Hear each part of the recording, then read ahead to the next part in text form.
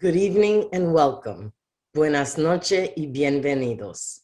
I am Justice Sally Manzanet, and as the president of the Latino Judges Association, I am proud to present this evening's program, Para Todos los Niños, Mendez versus Westminster, a seminal case toward desegregation. The evening of April 14th was chosen for tonight's program as it marks the 74th anniversary of this vitally important case in our nation's jurisprudence.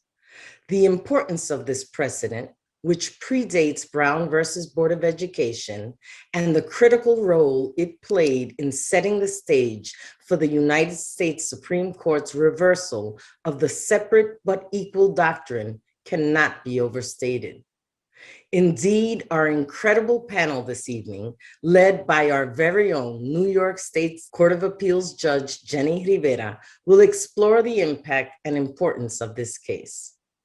I want to extend our thanks and gratitude for the support of our co-sponsors: LatinoJustice PRLDEF, Center on Latinx Rights and Equality at CUNY Law, the Judicial Institute, the Franklin H. Williams Judicial Commission, and the Historical Society of New York State Courts.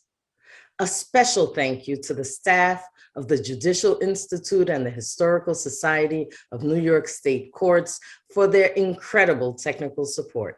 We could not have done it without you. Lastly, I would be remiss if I did not give my personal thanks to my LJA board and fellow committee members of this project. To our chair, the Honorable Patria Frias Colon, the Honorable Wilma Guzman, the Honorable Joanne Quiñones, the Honorable Yannette Rosado, the Honorable Javier Vargas, and the Honorable Lourdes Ventura. Thank you for your tireless work and dedication to make tonight a success. You make us proud. We are certain you will be enriched and enlightened by tonight's program, and I thank you for choosing to join us tonight. Without further ado, I turn the program over to my fellow board colleague and visionary of tonight's program and the chair of the Mendez versus Westminster Project Committee, the Honorable Patria Frias Colon. Enjoy. Thank you, Justice Manzanet Daniels. Good evening, all. I'm Patria Frias Colon, a judge assigned to the Kings County Civil Court, and tonight I have the distinct pleasure to introduce our moderator for this evening, Senior Associate Judge of the New York Court of Appeals, Jenny Rivera. I will not read her biography, but encourage all of you to do so. You will see what an amazing advocate she has been and continues to be. When I introduced the idea of the Mendez event to the board of the Latino Judges Association last year, Judge Rivera was our logical choice to moderate this event. Why? Because Judge Rivera has dedicated her life to champion the causes of marginalized communities. And who better to guide this conversation than Judge Rivera? I mean, she's smart, supportive, and a sister not to be reckoned with. She is our quiet storm. And without hesitation, she immediately committed herself to this project. What we didn't know was that Judge Rivera not only knew about this incredible story, but in fact incorporated it into her CUNY Law School curriculum. Judge Rivera is a trailblazer who spent her entire professional career in the service of others. I can personally attest to this since I know her for almost 30 years, and I've seen her in action firsthand. From her work at LatinoJustice, formerly known as PRLDEF, to key clerkships, including with the Honorable Sonia Sotomayor while at the Southern District, to her work at the Legal Aid Society where she fought for the homeless, at the New York Attorney General's office where she fought for civil rights, and the list goes on. Judge Rivera has been recognized for her steadfast commitment to others, including receiving the American Bars Association Spirit of Excellence Award, and the New York State Bars Association's Diversity Trailblazer Lifetime Achievement Award. She received her undergraduate degree from Princeton, her law degree from NYU as a Ruth Tilden Scholar, and her LLM from Columbia. Before I turn the program over to my friend and colleague, Justice Lourdes M. Ventura of the Supreme Court in Queens County, who will introduce our esteemed panelists, I'd like to thank our committee. And as chair of the Latino Judges Association's committee that spearheaded tonight's event, I want to personally thank the judges who said presente and joined this committee. Of course, our courageous leader, Sally Mansonet Daniels, also Marianne Briganti, Wilma Guzman, Joanne Quiñones, Ginette Rosado, Javier Vargas, and Lourdes M. Ventura. Justice Ventura, the floor is yours. Thank you, Judge Frias Colon. It is my distinct honor and pleasure to introduce our esteemed panelists, starting off with Judge Frederick Aguirre, who has served the legal community as an attorney and judge with passion and dignity for over 43 years. In 2017, after serving 15 years on the bench, he retired from the Orange County Superior Court and now serves as mediator, arbitrator, and private judge.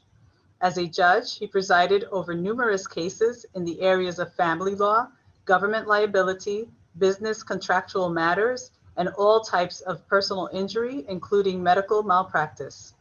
Prior to the bench, he was in private practice for 28 years and was the managing general partner of a 92-unit retirement community in Placentia, California.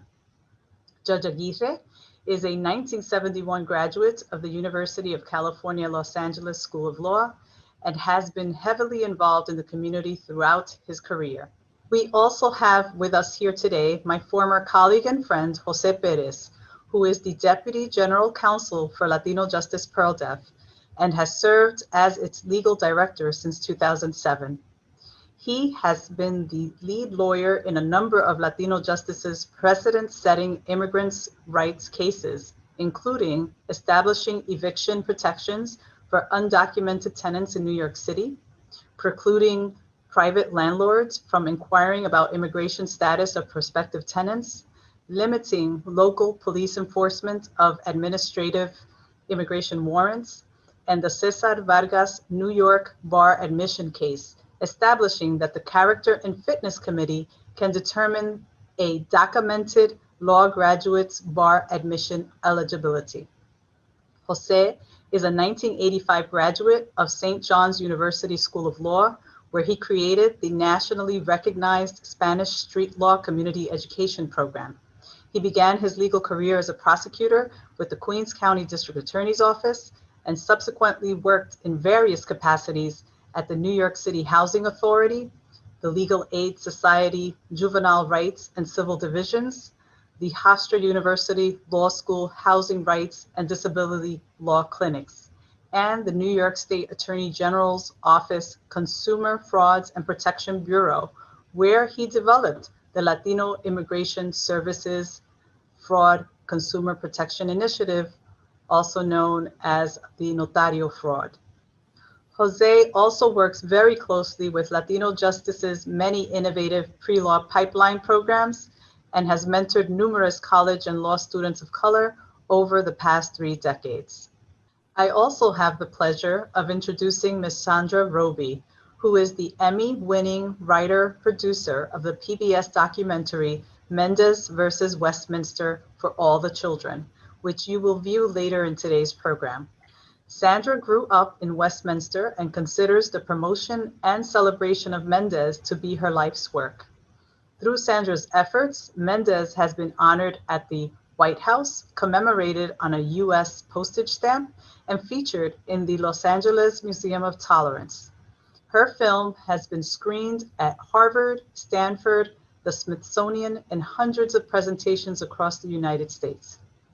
Inspired by Mendez versus Westminster, Sandra has curated an historic tour in Old Town Orange, where folks can see that last standing Mexican school from the segregation era, a formerly segregated swimming pool and movie theater, as well as the graves of Confederate and Union soldiers in Orange County.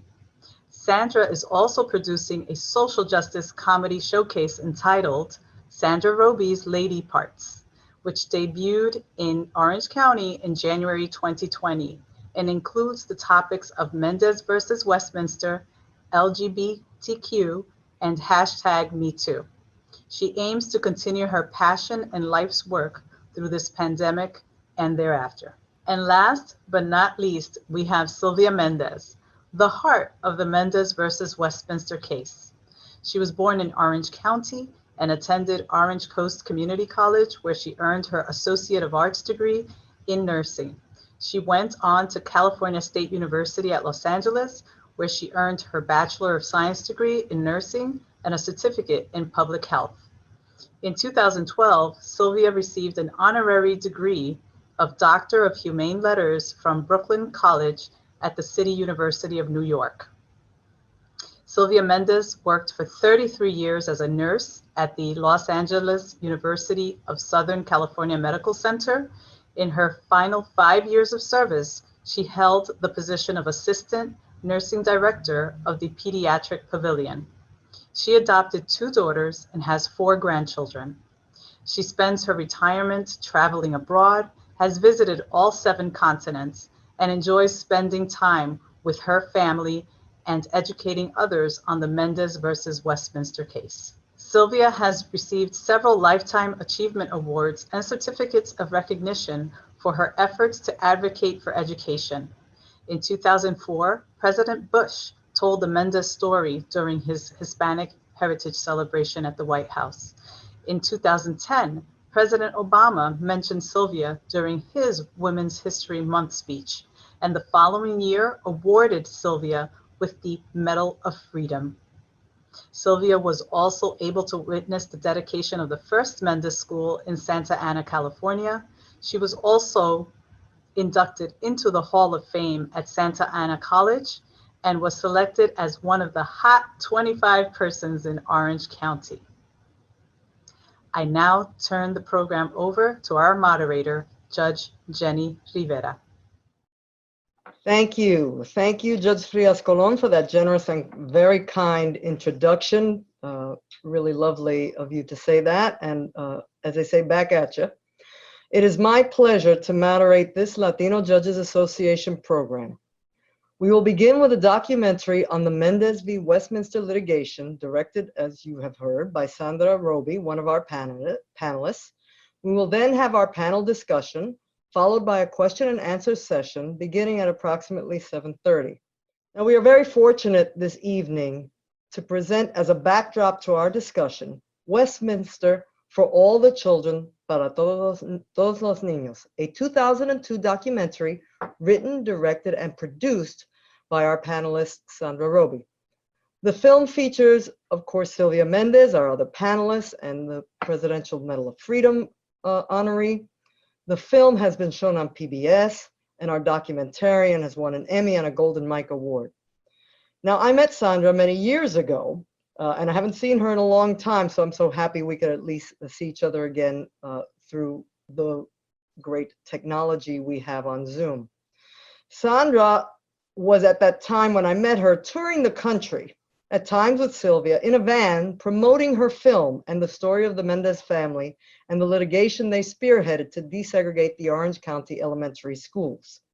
It's an incredible work of art and a testament to Sandra's commitment to this particular issue and educating our communities. I was indeed shocked because I was a law professor who had never heard of this case. And as Judge Frias-Colon already mentioned, once I heard of the case, I immediately incorporated it into my curriculum at CUNY Law School. We hope that you are inspired by this telling of true events. The film is a jewel. If you have already seen it, then you will be one of the lucky ones to see it more than once. If this is your first time, as they say, get ready for a great story.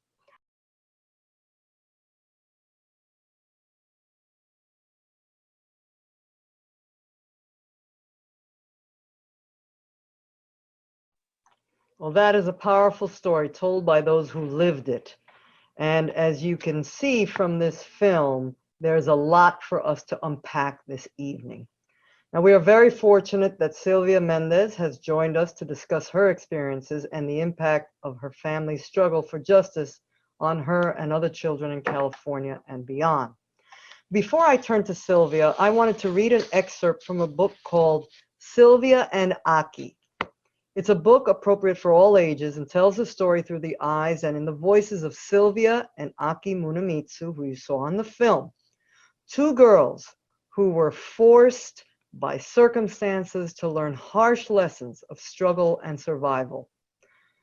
And the book cover should be in the background. So I just want to take a few moments and read from the book. In the very first chapter, Sylvia describes the day she went with her aunt to try to register at the Westminster School. Virginia and Gonzalo, her cousin and brother, rode in the front seat, and Sylvia was squeezed between Jerome and Alice, and her brother and cousin, in the back, their forearms touching. Sylvia looked down at her hands, her skin the color of dark caramel, and then she looked at Alice's hands, which reminded her more of dulce de leche, milk candy, lighter, creamier, paler than her own. Is this why they would take Alice and Virginia, but not me, she wondered? Is it because my skin is too brown? Is this why me and my brothers were told to go to the Mexican school? But I'm not even Mexican. I'm American. What is my father going to say about this? Sylvia gazed out the window. It was so unfair to everyone. Her mother was an American citizen from Puerto Rico. Her father had come from Mexico as a little boy, but he had become a US citizen and worked hard all his life. How many times had her father told her that he wanted her to get the best education possible, to be the first in the family, to finish high school, to go to college? She could hear his voice. I want you to have every opportunity I never had. Her father would be so disappointed if she didn't go to Westminster School. Now, after that disappointment, Sylvia did in fact attend the Hoover School, right, the Mexican school, for a period of time before the lawsuit was decided in her family's favor. The Hoover School was in close proximity to Westminster, but otherwise a world apart. So Sylvia recounts, the school is next to the barrio, Sylvia thought, her heart sinking even lower. She and her brothers walked together, lost in their own thoughts. The first day of third grade isn't starting out the way I hoped, Sylvia admitted to herself. Gonzalo kept his head down and his hands shoved deep in his pants pockets. Even Jerome couldn't seem to find the energy to kick a rock. After about 10 minutes of trudging along, Gonzalo said, there it is. Further along the street was a run-down, dirty clapboard building next to a cow pasture. Loose dirt and clumps of weeds surrounded the school. An empty field stood in for a playground. Sure to be dusty in warm weather, a sea of mud when it rained. No guardian trees and thick green lawns here. A faded, hand-painted sign posted above the building's front door read Hoover School. The smell of cow manure filled Sylvia's nose. This place was going to be just like all the other Mexican schools she and her brother had attended. Nothing but out-of-date hand-me-down textbooks with pages torn or missing and secondhand desks scarred with pencil marks and initials. Once again, we get the leftovers. When Sylvia's class broke for lunch, there were already several other groups outside on the back field. Sylvia sat under a shade tree with Ramona, a girl from her class who lived in the barrio. Shoo, Sylvia cried, swishing at a swarm of flies. Leave me alone. A fly landed on her bologna sandwich as she took a bite. They come from the cow pasture. You'll get used to it, Ramona said. They never go away. I'll never get used to it, Sylvia said. What other choice is there? Westminster School, she wanted to answer, but it wasn't a choice. At least not for her and Ramona. Instead, she just shrugged, waved off another fly, and took a second bite of her sandwich. Now, you heard in the film how Sylvia discussed the fence, the electric fence that separated the school from the cow pasture so that the cows wouldn't go past the fence. And I'll just read one more thing, and then we're going to go right to the panel. On the ride home, Sylvia thought about the second grader. This is a second grader who touched that fence and got an electric shock. She remembered his cry and then his pain, embarrassment, and shame. Her mind wandered to her father and his efforts to break down the barrier that kept her from Westminster School from a good education. He's not going to back down, Sylvia thought, but I sure hope he doesn't get burned. So let's turn now to our very, very distinguished panel. There's, again, so much to talk about. I want to start with Sylvia. Sylvia, thank you for being here and for sharing you and your family's story with us this evening. The film is just beautiful, and it's such a pleasure to see you again, and even though virtually, and be able to talk about this. Please talk about your experiences and how you felt attending Hoover so close to the school that refused to let you register. Well, I want to thank everybody for having me here included in the celebration of the 74th anniversary of Mendez versus Westminster. Thank you so much. I am so excited how this all has come about. Thank you for having it today. I recall everything about that horrible school at that time, especially like you said, the fence with that. And I really did not want to go, but all this time, what would happen was that they would pick us up in the farm in a bus. We lived in a white neighborhood with all the little white children. We would drive on the bus and they would drop us off in the white school. And in front of the white school, they would drop Gonzalo Geronimo and I, and we had to walk from that white school all the way into the barrio and go into that school. And all this time, at that time, they had already started fighting my parents. And all this time I was thinking, I am going to go to that school someday and play in that playground, because as you notice, our school, the Hoover School, had a dirt on the floor, and we didn't have a playground. We didn't have monkey bars. We didn't have swings. And all I would think, someday I'm going to go to that school. So all this time, I am so excited about my parents, what they're fighting for, that someday they're going to get me to the school. And all this time, I'm thinking the only reason they're going to get me to that school was because it had a beautiful playground, never realizing what they were fighting for. Being in court every day when I finally started going to court, sitting in the front row and not exactly knowing what they were fighting for. Mm-hmm. Very interesting. And I know in the book that you do talk a little bit about that experience of being in the courtroom and the officials from the school talking about the Mexican children and the Mexican families and explaining why they couldn't attend the school. And I thought of the indignities that your family suffered and yet stood so proud in the courtroom and the lawyers who were defending them. But you as a child, such a very different view of the world. As I said at the beginning, you and Aki, the Japanese American children, of course, who went to the internment camp, suffering these indignities and learning about a world that was so different from what your parents protected you from. So it must have been very, very difficult to be in that courtroom. What did you think of lawyers? I mean, you had a lawyer representing you, you had a lawyer representing the schools. I really didn't even think about it. All I was thinking about is going to that good school that they were fighting for, what they were fighting for, never realizing what they were fighting for, the injustice that was going on in that school, the injustice that was going around in the neighborhood, the injustice that was going on in the barrios. Never even realized that till I was older, till I finally the case was won, and I finally ended up going into a white school. That's when I finally realized exactly what they were fighting for. So let's talk about that, because you did attend Westminster. How were you received by the teachers and the other children? And you're talking about that's when you realize how your community, you and your family, are being shortchanged or being mistreated. What was that experience like once your eyes are open? I know that many people who are watching have probably had that same kind of experience in that moment when you see the things your community is not allowed to enjoy. Because what happened during all this time that I was in court, my parents were protecting me. So I really didn't see any prejudice or any, as we went to court every day.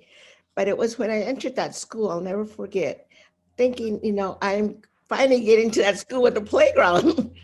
And so the teacher had been warned that Gonzalo was going to bring his children to that school. So she was really nice when I entered that school and said, everybody say hi to Sylvia. And I was so excited to be in that school. I said, hi to everybody. And it wasn't until the school bell rang. And that's when we went out to play that this little white boy comes up and says, ooh, what are you doing here? Ooh, you shouldn't be here. You're a Mexican. Who said you Mexicans could come to the school? You're not even supposed to be here. And it was at that moment that I started to cry and cry and cry and couldn't realize why he doesn't like me. Why is he talking to me like that? And I cried the whole day and I went home and I said to my mother, Mother, they don't want me in that school. I'm not going back to that school. And that's when she said, Silvia, ¿que no sabes lo que estábamos peleando? You were there every day, sitting there. Yes, to get to that school with a playground. She said, no, Sylvia, that is not what we were fighting for. We were fighting because in this country, we're all equal and we all deserve the same equal education. And yes, you're going back to that school. And yes, I returned to that school the next day. And yes, I discovered exactly what they were fighting for. And I was already 9 years old, going on 10, when we finally entered that white school in Santana. And I discovered that not everybody is born with prejudice. Not everybody's a bigot. Not everybody's a hater. Because that little boy continued to be mean to my brothers, Gonzalo and Geronimo, and they were approached differently than I approached him. And before you know it, we were being invited to their homes, and I grew up in an integrated system in Santana at that time, and was very happy that my parents had fought for integration of schools. Yes, it's very interesting, that argument about the impact on the targeted children, in this case, the Mexican American, the Latino children, the feeling inferior, right? Sort of the way you were crying and saying, why doesn't he like me? Feeling that inferiority. The converse of that is true, which is reflected in your interaction with that little boy, right? That the white children feel superior, right? That's the converse of that you're harmed in a particular way, but it reinforces this systemic racism, this systemic oppression, by making these children they're children, believe that somehow they're better, and not knowing any better, because of course they didn't interact with Mexicans. So it's a lot to ask of a child to do what you did. What sustained you during that time to keep going back? Was it that the other children were good? What was going on there? It was so exciting that the other children were so nice to me and inviting me to their home. And the teacher was really nice too at that time in the white school. And everybody that was at the school. And it was only a few that were prejudiced and I figured that it had to come from their home, from their families. How do children learn to hate other nationalities? How does this come about? And I also learned from then on to this day that there will always be somebody like that child. And through life, I have experienced so much discrimination, but this is why I love to go and speak to students about the importance of education and to find out who you are and to believe in yourself and to stand up to anybody that confronts you like the little boy confronted me that day. Yeah, well, it takes a lot of courage to go back the next day and stand your ground. So we thank you for that, because it really is very hard to suffer those kinds of indignities, but it shows in your strength of character. Even as a child, you had that kind of strong personality and that ability to do it. I'm going to ask the question that's on everybody's lips, and I'm absolutely sure of it. What was it like to receive the Medal of Freedom from President Obama? Oh my gosh, I didn't even know what a Medal of Freedom was. So when they have interns at the White House. This young lady called and said, you received the Medal. I didn't even know what the Medal of Freedom was. So I just hung up on her. I thought it was just another certificate that I was going to get for speaking, because I get little paper certificates when I go and speak at a high school. So I hung up on her, and they called back and they said, Miss Mendez, you have to come to the White House and receive this. And the first thing I did was call a teacher, and I said, what is this Medal of Freedom they're talking about? And that's when she explained what the honor that I was receiving. When I got there, I'll never forget. I was in a room with Warren Buffett and Maya Angelou. She received it the same day I did, Russell, and another baseball player. And I was sitting there so scared in the corner, and saying, well, I have not done nothing. Why am I here, But everybody was so lovable. I went over there and I kissed Maya Angelou. I says, oh, I'm so happy to see you. I'm so happy to be in the same room with you. And I'll never remember how she said, oh, honey, it's so nice to know you. And it made me feel just wonderful when you said that. So it was just an exciting, thrilling moment. That's something that you'd never expect, in life. And that's what I tell students, you have to persevere, stay in school, and you'll never know what your reward will be someday. Well, it's an incredible story, as you're saying, of perseverance, but of true courage.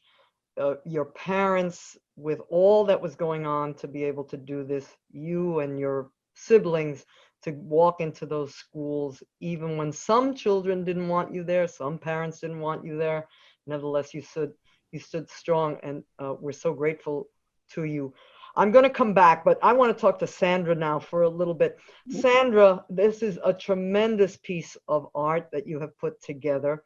How did you hear about this lawsuit? I mean, as I said, I was a law professor and I had never heard about this until I heard you and Sylvia, and I saw your documentary. How did you hear about the litigation? What prompted you to make this documentary? Well, thank you so much. Well, I want to send out a shout out first to Roberto Lebron with the Attorney General's office, because he's who I got a chance to meet all of you when we went to the Puerto Rican Day Parade, because as you know, Felicitas Mendez was Puerto Rican, and so we wanted to have all the Boricuas out there in New York celebrate Mendez. But I grew up in Westminster myself, and I never heard of the case until I was sitting at my mom's kitchen table one day and reading an article about the school that was going to be built named in honor of the Mendez family. And I don't know if you've ever had a moment where you learned something about somebody or someplace that you felt you knew intimately, and this something was so opposite everything you ever believed that it just blew your mind. So as I was sitting at my mom's kitchen table that day, I could feel the kitchen walls start spinning around me. And when I looked up from the newspapers, there were so many emotions. I was angry and guilty and shamed and elated to find out about this story. And at that moment, I was home full time with my children, and I didn't know how, I didn't know what, but I knew by the time I was done that everybody was going to know about Mendez versus Westminster, because there were so many life truths. It felt like a download of every sociology class I had, every history class I had, everything. Just suddenly stuff came together in a whole new way that revealed an entirely different picture of American civil rights history that I understood in a way that I knew that the stories we tell us who we are and who we can be. And this story had to be told in our schools so that children of all colors could see a story of people of all colors working together to end an injustice. And that's been my passion ever since. It's a tremendous testament, and obviously you've received awards for it, but it really is a beautiful piece of work, and we thank you so much for it. Every person in the country needs to thank you for this work. I'd like to ask you, what were the challenges that you faced in completing it, promoting the film? I mean, how long did it take to do this? Was it difficult to find the people you wanted to interview? Tell us a little bit about that. Well, it was a challenge, and this is something I tell students that I remember when I was in my sociology class, I had a class in social movements, and one day a professor said to us, my students don't like to know this, but you need to know that history takes time. And I remember sitting in his class going, what do you mean we need time? We don't have time for time. Things are all messed up. But the day I learned about Mendez, I did the math. I go, oh my gosh, this is what he meant. The case started in 43. The decision was in 45. The appeal in 46. Brown in 57. Brown in 54. Little Rock in 57. Civil Rights Act in 64. If I want to get Mendez taught in our schools, I'm going to have to get started now. So it wasn't even until a few years after I learned of Mendez that my daughter entered school, and I went back to school and took TV production classes. So I had to go to school, take TV production classes. I became the world's oldest intern. And then when I finally had the opportunity to do the Mendez documentary, they said, no budget, no pay. Who knows that story, right? And then I only had a small amount of time to do this story, when the longest story I'd ever told that went on air was maybe 3 minutes. And so now to fill the story for 30 minutes was going to be a new challenge to learn how that happened. And so I had to rely on people whose expertise would help me to make, that I could trust. So Christopher Arreola, he's done a lot of Mendez research. Judge Aguirre is in Orange County, and he had known a lot about Mendez. I found one of the things that was most important to me, because this story is so rich and thick, I thought, I want to tell a story. We're just going to get this party started, because you know, this is a desegregation story that has so many antennae. I just want to get this party started. We're going to kick the door open and hopefully find more and more of the story, because the Mendez case is a class action suit. And I didn't even realize until I learned about Mendez that Brown is a class action suit. And we only hear of the Brown family, but there are over 80 families involved with that case. And similarly with Mendez, even though there are only 5 families, you'd think that that would be something easy to do. But you have to remember, at the time when I was doing the research, we had dial-up computers, you know, and I would put my kids to sleep and I'd be doing research from 10 o'clock at night till 3 o'clock in the morning. And phone books, I would have to go, does anybody out there remember phone books? I would go look to a phone book this thick to try to find Ramirez, Estrada, Palomino, or Guzman. And in Spanish, that's like Smith. And to look those up from 40 years ago, 50 years ago, I thought, I'm going to have to tell a story. And the story, I have to admit, that touched me so much extended beyond the lawsuit itself. It was a story of families. The idea that the Mendez family moved to Westminster to lease land from a Japanese family that was being sent to an internment camp, that touched me. And that, for me, took the walls down to show how we're all connected in American civil rights history. And so I set out to find the Munamitsu family, which was a challenge in itself too, because again, these are families from 40 or 50 years ago. And I'm very fortunate to say that there's a network of human relations people that were able to put me in touch with Japanese American historical societies, who put me in touch with Hiroshi Kamei, who after about 15 minutes, 20 minutes on the phone, he remembered, oh yes, the Munamitsu family. And again, when I called the Munamitsus in the phone book, there was only a few, so I thought maybe I'll get lucky here. And I first contacted Janice Munamitsu's mother, and she feigned the inability to speak English. And I recognized at the time, because Japanese Americans going through the internment, that is such a hard memory to live through and relive, that she was not willing to go through that pain again. But when I found Janice, I was able then to meet Aki. And when we did the documentary, when we did the interviews for the documentary, that was the first time Sylvia and Aki had seen each other in 50 years. And that's something that makes me very, very happy. And then after having completed the documentary, of course, as an intern, you don't expect any awards. And I have to say, I am so grateful for that, because that has helped us to gain the momentum and to gain entree for things like the first time we visited the White House and get newspaper stories. But one of the things that I found most challenging, I was not really fully prepared for America's freedom of speech, let me tell you. Because when you tell a story, you realize that everybody, it's like being at a baseball game. Everybody has an idea of how you should have told the story. I remember once sharing the documentary at a class for Chicano studies at a university. And I shared the documentary that had the excerpt with Robert L. Carter in it. And after the class was done and the discussion was done, and the students were walking out, the professor said to me, "Why did you include Robert L. Carter and Brown versus Board of Education? We finally had a story about us and you included this." And I was like, we want to bring everybody back in this room and let's talk about this, because this is why our story has not been told, because we are not opening the doors and showing our connections. I had people criticize me for having the Munamitsus told, and that the Munamitsu family is no more than the Estrada, Ramirez, Guzman, and I missed somebody's name, and somebody's gonna find out, Palomino families. And I have to say, it's been heartbreaking for some of the other families as Mendez has risen in awareness. And I understand that heartbreak. And it's hard to say that history takes time, that these stories are gonna take time to seep and grow and build in our communities. And learning how to toughen your skin. I'm sure as attorneys, as lawyers, as judges out in the community, you guys know what it's about. As I was not prepared for that scorching, just the scorching complaints from everybody, from all sides in surprising ways. But now I feel like, let the wind blow. You know, I expect that anytime you want to get out there and do something, that's what's going to happen.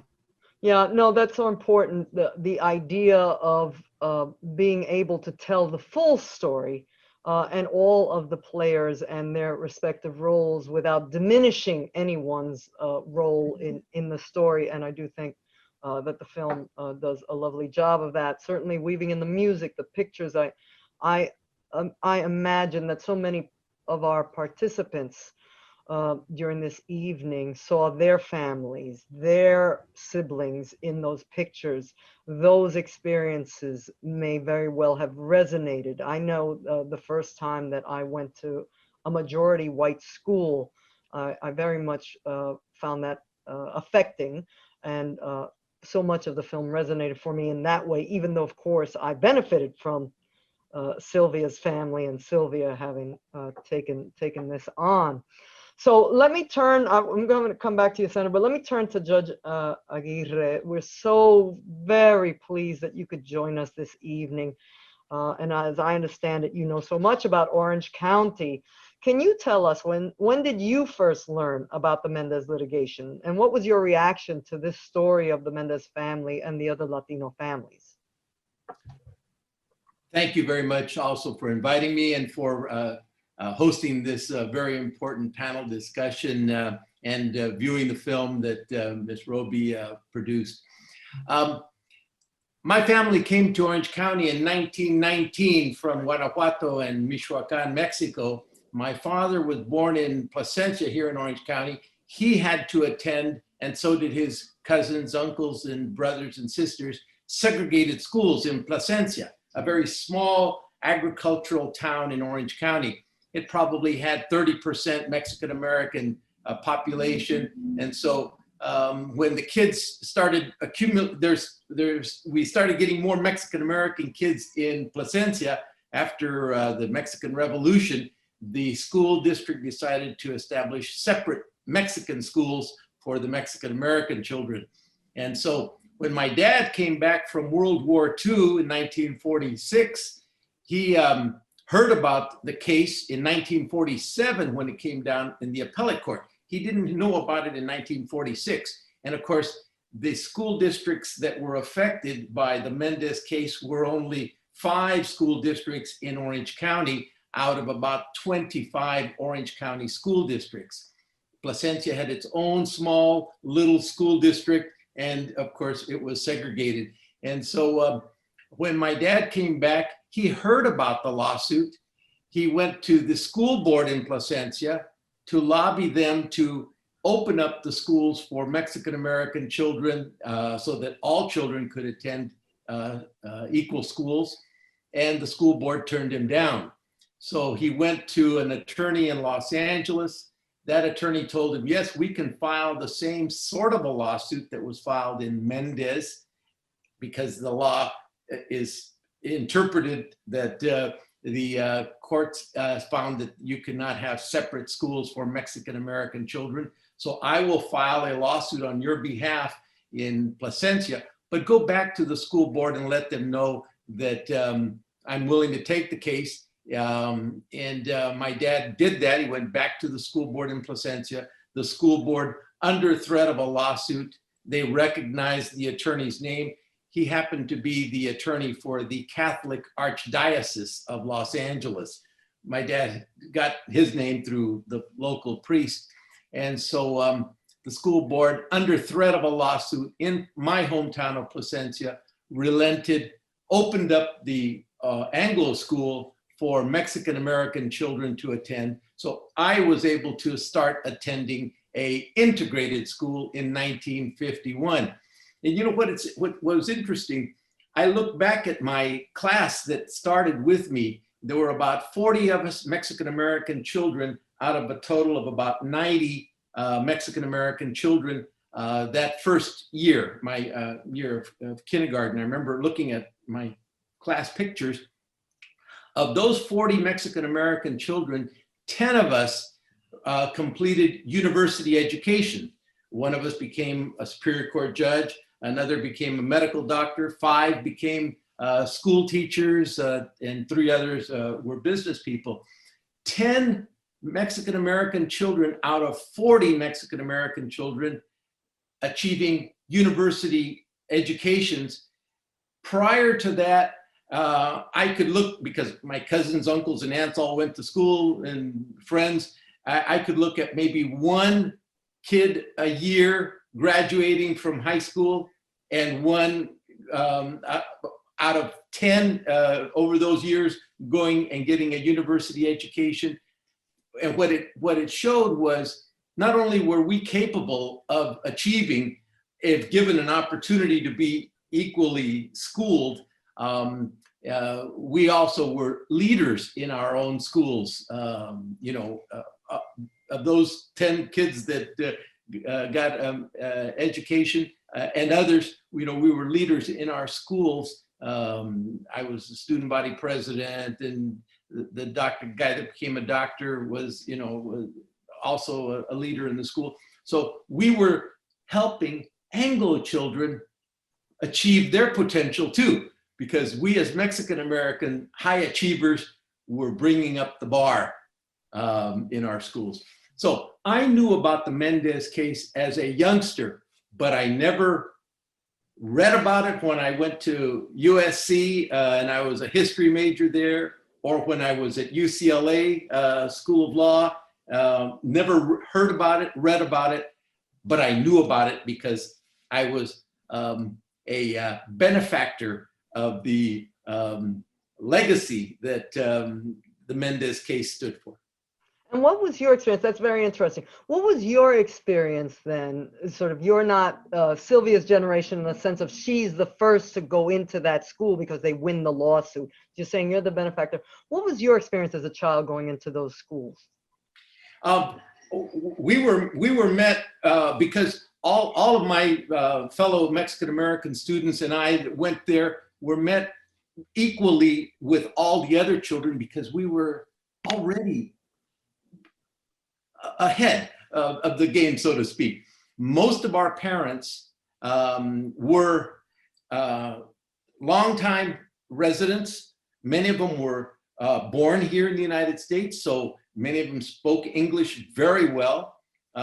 In my particular case, both my parents were born here in the United States, so we only spoke English at home. I had to speak Spanish in order to communicate with my grandmother, who came from Mexico in 1919. So we were welcomed. Now, there were some kids, because they were darker in skin color, that did face taunting from other students. So I think a lot of it was based on color. I had cousins that were darker than me that had problems. They would come back from school, after fighting and things like that, because they would say that, they were called names and things of that nature. But the teachers, the schools, pretty much embraced us as students coming in. We didn't get set aside. We were allowed to compete, but and I remember from kindergarten, first grade, second grade, all of us kids were competing athletically and academically with all the other kids in that small school. Yeah, well, that is also interesting, this point you're making, which I do think race and colorism is ever present. It is an ever present part of the Latino story. There is no way around it. And certainly from that excerpt I read originally from Sylvia and Aki, of course, when Sylvia herself is understanding at such a young age this difference because of the color of skin between herself and her cousins. And so it really is a very powerful part of the story, which is why I think this case of having the NAACP Judge Carter, not at the time, obviously, Judge Carter and Thurgood Marshall and his team, the American Jewish Council, so many different groups, the ACLU, so very interested in participating in this. So few of us are able to be lawyers, and so few of us are able to be judges. And you have achieved both of these goals in your life, and I know there's more to come. But as a former lawyer, as a judge, what do you view as the legal significance of this litigation from today's vantage point? I mean, we understand the role of desegregation, and now we've been having this robust conversation of the reality of being in those environments, right? The impact it has on you educationally, and the struggles at the time. But what do you, from our legal lens, right? Our participants, lawyers and judges, were thinking also from the perspective of the development of the law. What do you see, again, looking back from today, with the wisdom from today, the legal significance of the case?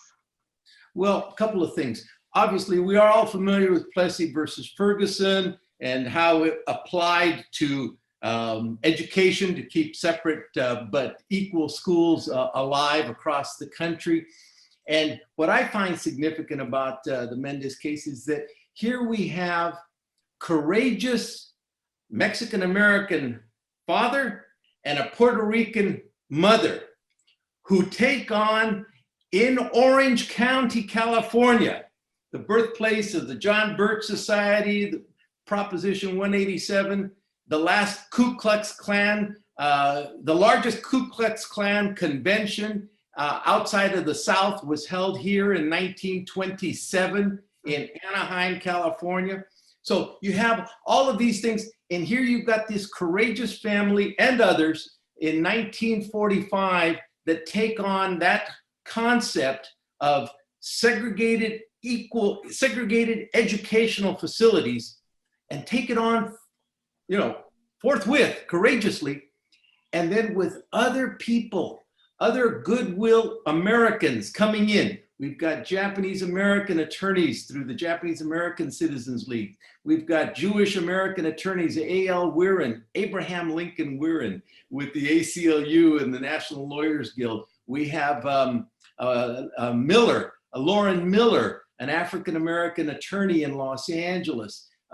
We've got the National Jewish Congress. We've got all of these people of goodwill coming in. And then, of course, Lauren Miller, with his contacts in the African American community, brings in Thurgood Marshall and Robert Carter with the NAACP. So all of a sudden, here in rural agricultural Orange County, here's a group of Latinos that are at the forefront of educational opportunity for all children. So the concept of separate schools for any children is dismantled completely by Judge McCormick's very powerful decision. But of course, he was led to that decision, not just by his good conscience, but by the skillful artwork, legal work of David Marcus, a Jewish American attorney who very skillfully leads that case. And you see the same arguments that are made in the Mendez case are later duplicated in Brown versus Board of Education. You have men like Dr. Ralph Deals from UCLA, who says that by placing children in different categories, you're saying that the white children are superior and the Mexican-American children are inferior. And that's the same kind of concept that is used in Brown versus Board of Education. And you see how that evidences itself in Warren's decision. And I think here's another interesting point. Earl Warren, as we all know, was not from the East Coast.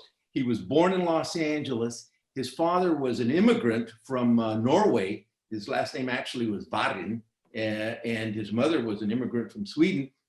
They came, and the father worked in the railroads, laying track, probably right next to Mexican-American men that were laying railroad tracks in Bakersfield.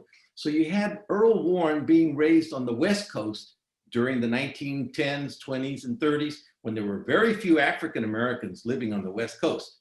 African Americans really didn't come into play on the West Coast until during the war, World War II.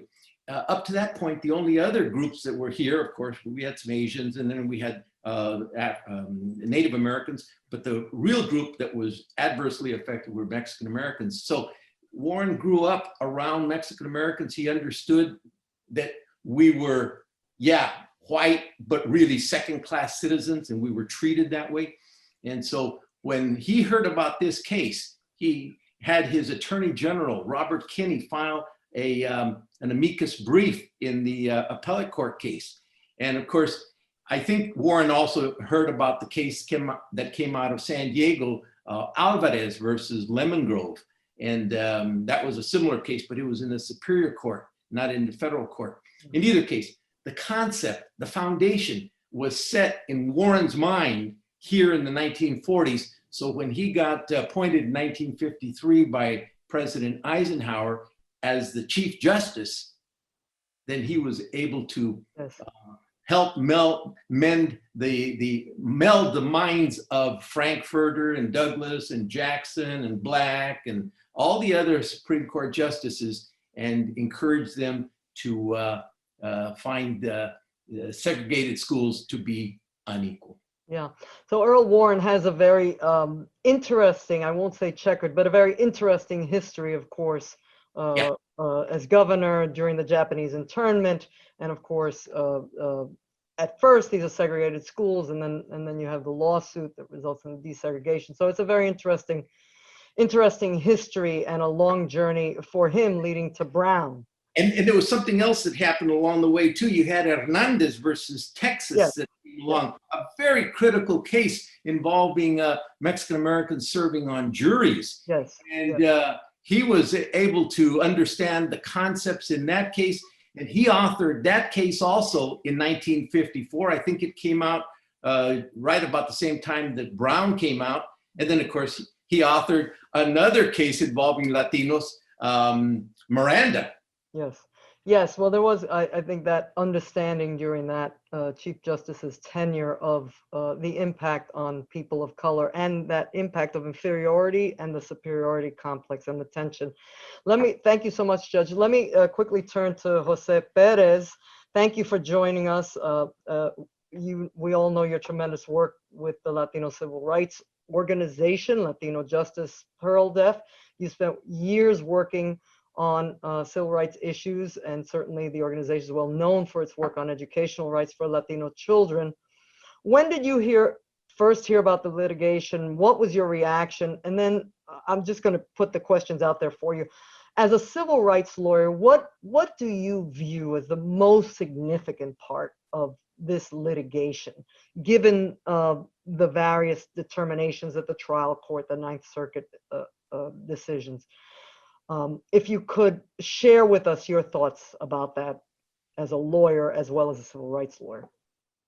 Thank you, Judge Rivera. Thank you to Judge Manzanet and Judge Frias Colon for organizing and hosting this program, and inviting LatinoJustice PRLDEF to co-sponsor. I am delighted to participate on this esteemed panel and to see my dear friends, at least virtually, Sandra and Sylvia, who, again, I met a number of years ago on a screening of when they were touring the country in Sandra driving her orange white VW Mendez v. Westminster van there. I also have to give credit to my dear friend and colleague, Roberto Lebron, who is then, I believe, president of the Puerto Rican Bar Association, who wanted to highlight the importance of this case and this documentary which had come out. And again, as Sandra alluded to, little known fact, right, that Felicita's family came from Puerto Rico. So it was a Puerto Rican, really Mexican family that was among the lead families that brought this lawsuit.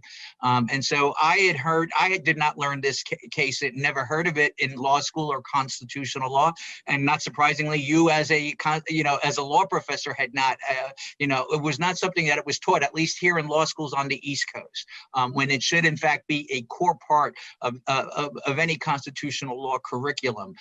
There are a number of cases, again, the Latino civil rights movement, Judge Aguirre referred to Hernandez v. Texas out of Texas, right? Again, a case brought by actually Mexican-American lawyers in that case in Texas, in which, again, Mexicans were recognized as a distinct class, not a white class. And I think that's a little known fact in this case, in the Mendez case, is that there was a trial stipulation that, again, between plaintiffs and defendants, that Mexicans were treated, it was not about race, it was that they were considered white under the stipulated facts of the Mendez case.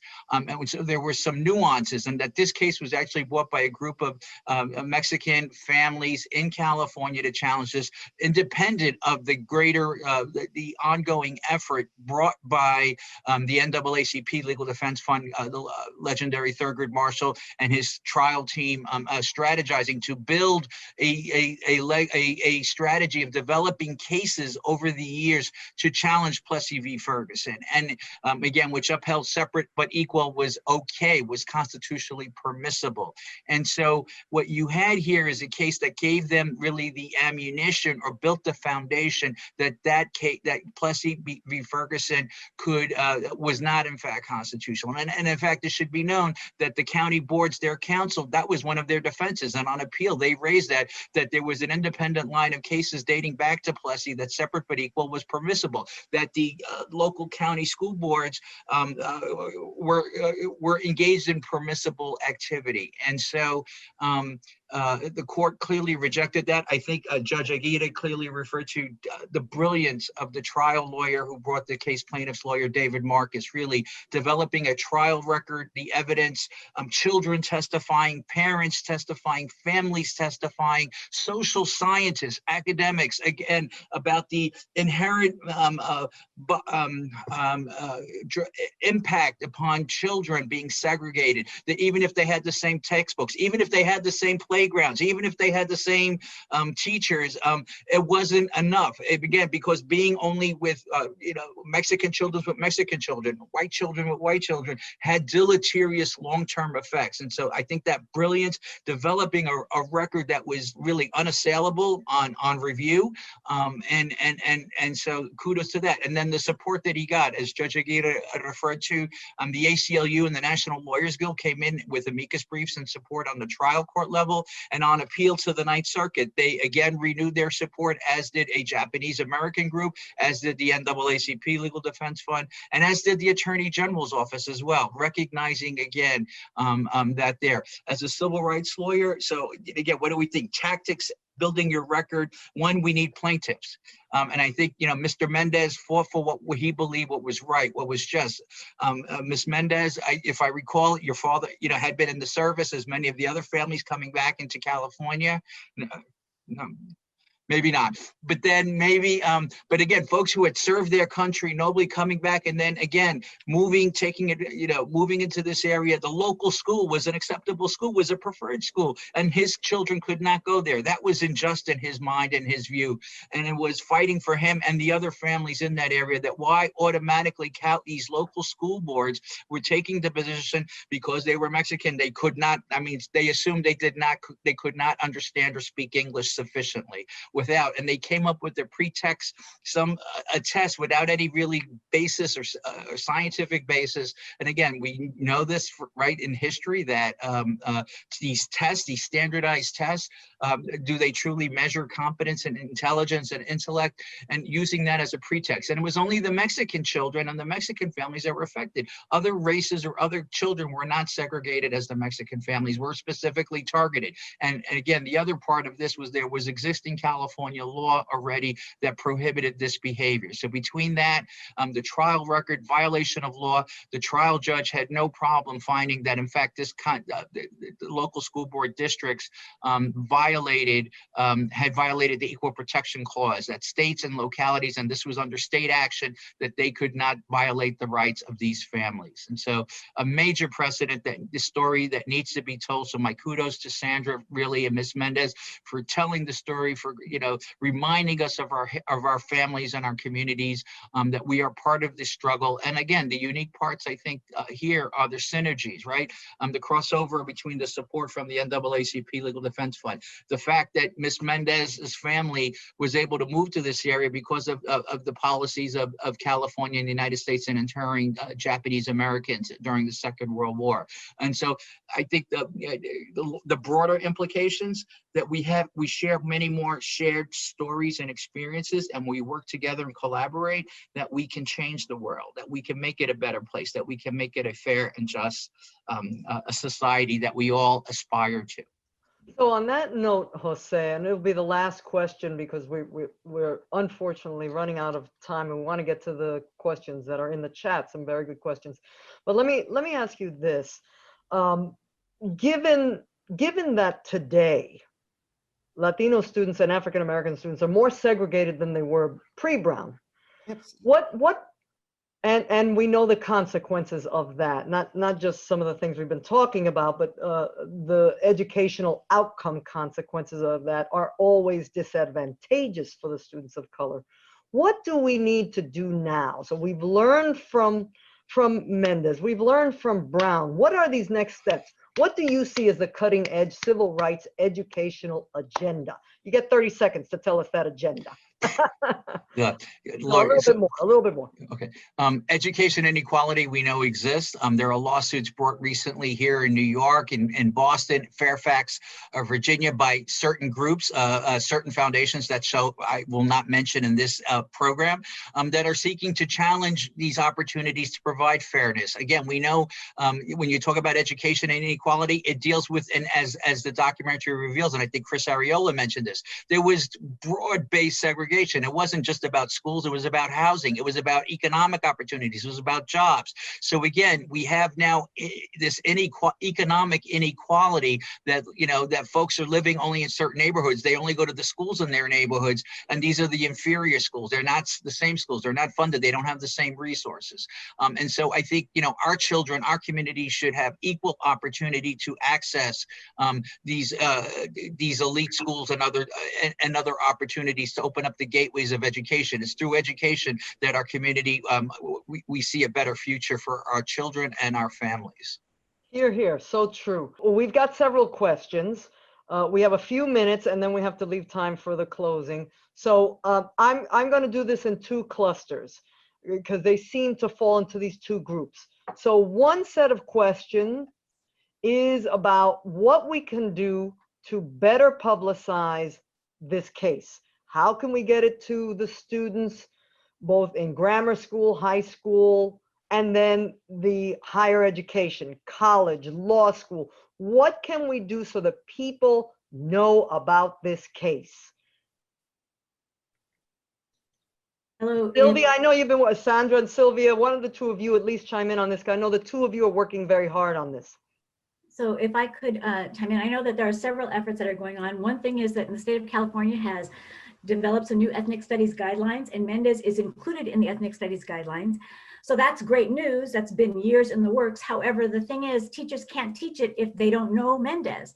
So I'm working on a couple of projects out here in Orange County, hoping to reach across the state, especially for the 75-year anniversary of Mendez. I've got two projects, in fact, just launched one today. It's called Plant Peace. I'm gonna show you this really quick here. Plant Peace. And so we're planting sunflower seeds for the 75-year anniversary of Mendez versus Westminster. And they should grow starting from April 14th, the anniversary, through June 14th, which will be the anniversary of the day that Earl Warren signed the bill that repealed the segregation statutes that existed in California's cases. So these are giant sunflowers. We're hoping to get them to all school children and colleges and teachers in Orange County. Growing it from here, I've planted 5,006 seeds to represent the 5,000 children and the Munamitsu, Mendez, and the 5 families of the case. So we're doing that. And also we're starting a fun project called Random Active Mendez that will be launching during Hispanic Heritage Month to get teachers on board. I have made my documentary available for free online. And I'm starting a website to post syllabi for all teachers so that they can have a place to access the information so they can teach Mendez. Thank you so much. Fun stuff and traditions. Thank you so much. Going on too. Thank you, thank you. Sylvia, we want to make sure that you're able to address this because I know that it has been your life's work focusing on talking to kids and certainly talking to children about the importance of education. Well, I'm so excited that California has finally concluded that we are going to have diversity taught in all the schools. That was just mentioned about a month ago, and Mendez is going to be included. And the Orange County School Board department has the curriculum already written for it. So anybody that wants it can get it from them. And they're working on it, on making sure that all the schools learn about Mendez versus Westminster in California right now. So we are way ahead now trying to, what we started 20 years ago, Sandra and I trying to get it into the school systems. We're getting it here in California, but we still have to make sure that it goes across the country, which is going to be another struggle to try and get that done. Great, great.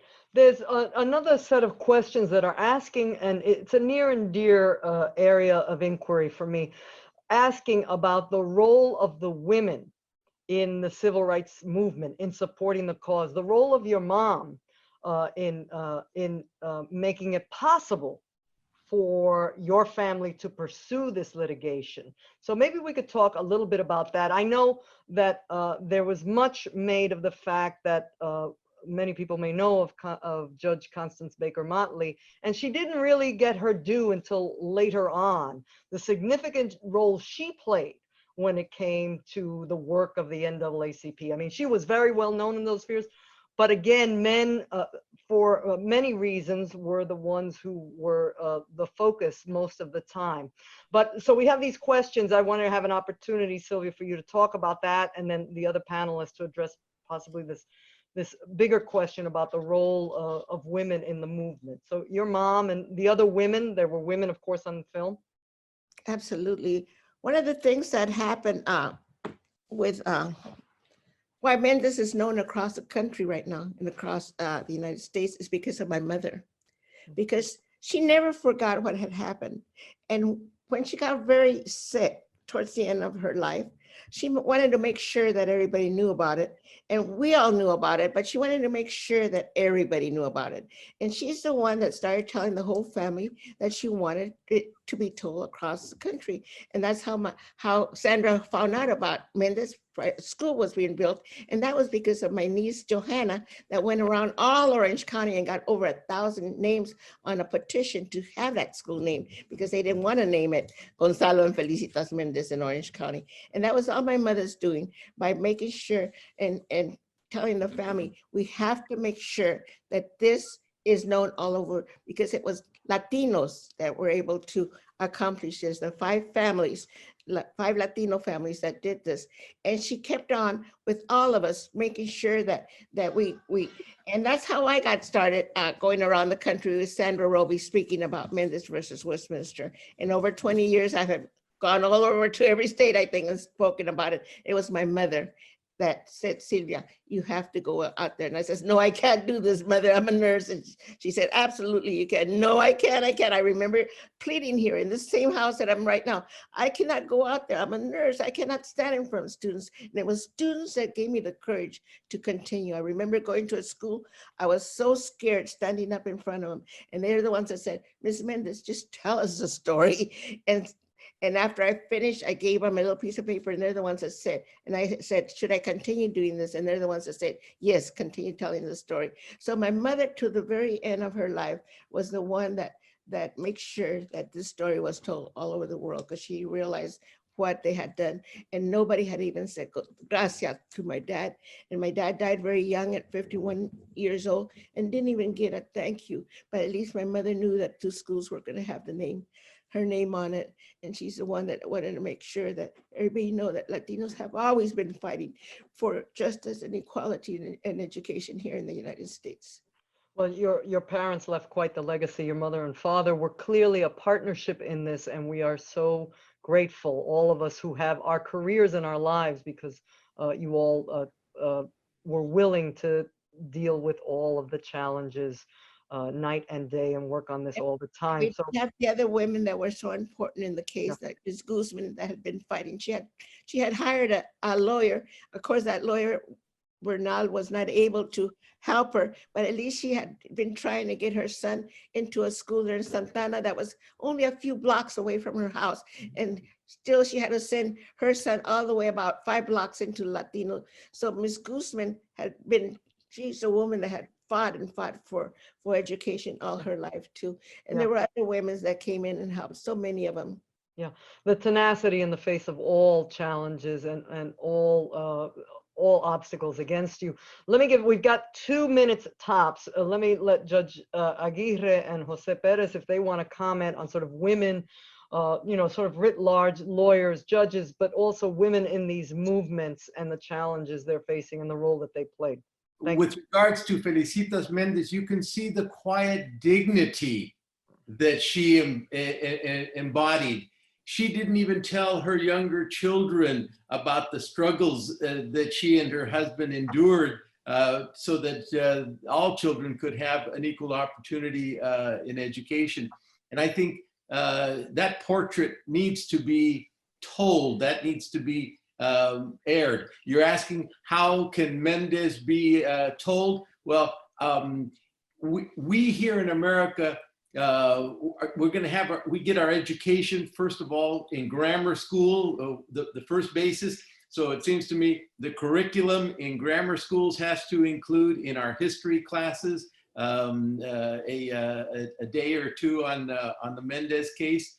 Second, our law schools need to embrace the case as part of their constitutional law classes that are given, and give it its due place as the genesis of Brown versus Board of Education. And the third thing, we need to get into the movies. So a feature film showing the quiet dignity of Mrs. Mendez, an American, Puerto Rican American, showing her and how she dealt with this issue, I think needs to be brought to the forefront, just as we have seen films on, what's the name of that African-American lady that sat in the bus in Birmingham, Alabama? Rosa Parks. Rosa Parks. Exactly. Rosa Parks. Okay, great. Thank you. I'm sorry to cut you off. Jose, you want to close it off? One last comment? Women are an integral and indispensable part of the civil rights movement. No argument. There is gender inequality as there is racial inequality. And what can we all do is, like, again, all of us who sat in, the 300 plus people, you are now Mendez v. Westminster ambassadors. Take this case, take this film to your schools, your children's schools, your grandchildren's school. When I met Sylvia and Sandra at the Puerto Rican bar function that Mr. LeBron organized, I got them to come to my son's school so the parents of multicultural children, could educate all the children and families in our school. So I challenge everyone who's attended this program to do that, expand the message, and then we'll have one hell of a 75th anniversary next year. Great. Thank you so much. It's been quite an incredible evening. The conversation has been robust and candid. I want to thank everyone on the panel. Sylvia, again, for your courage and all the work you continue to do, and for your family, everything that they've done for us. Sandra, for this incredible piece of artwork and sharing it with us and the world, and your continued commitment to social justice. Judge Aguirre, thank you again for sharing both your personal story and your insights as a lawyer and judge on these issues. We're so grateful that you were able to take the time today. And of course, Jose Perez, one of our champion civil rights lawyers, we thank you every day for everything you're doing to make sure that we all have an opportunity to live with dignity in a world that's fair and just. And I'm going to throw the gauntlet down, just as you did, to the Latino Judges Association, and consider doing a reenactment or a dramatization of the Mendez v. Westminster case, both the trial and the Ninth Circuit argument. I think that would be something very interesting. So I'm going to turn it over for the closing to Judge Javier Vargas. And I thank you all. I'm so proud to have been part of this. Good luck to everyone. I hope it won't be 20 years again till I see you, Sandra and Sylvia. Thank you. Wow, this was a truly touching, inspirational, and educational program. The story of Sylvia and Aki, as well as Judge Aguirre's statements about the diverse attorneys who work on this case, especially resonated with me, because it reminds us that strength comes from communities of color working together towards equality and justice. Good evening, everybody. The Latino Judges Association would like to thank Judge Rivera for so expertly moderating the panel, as well as Jose Perez, Sandra Robbie, Judge Aguirre, and of course, Sylvia Mendez. Without her courage and her parents' advocacy, we wouldn't be here today. Let's give them a round of applause.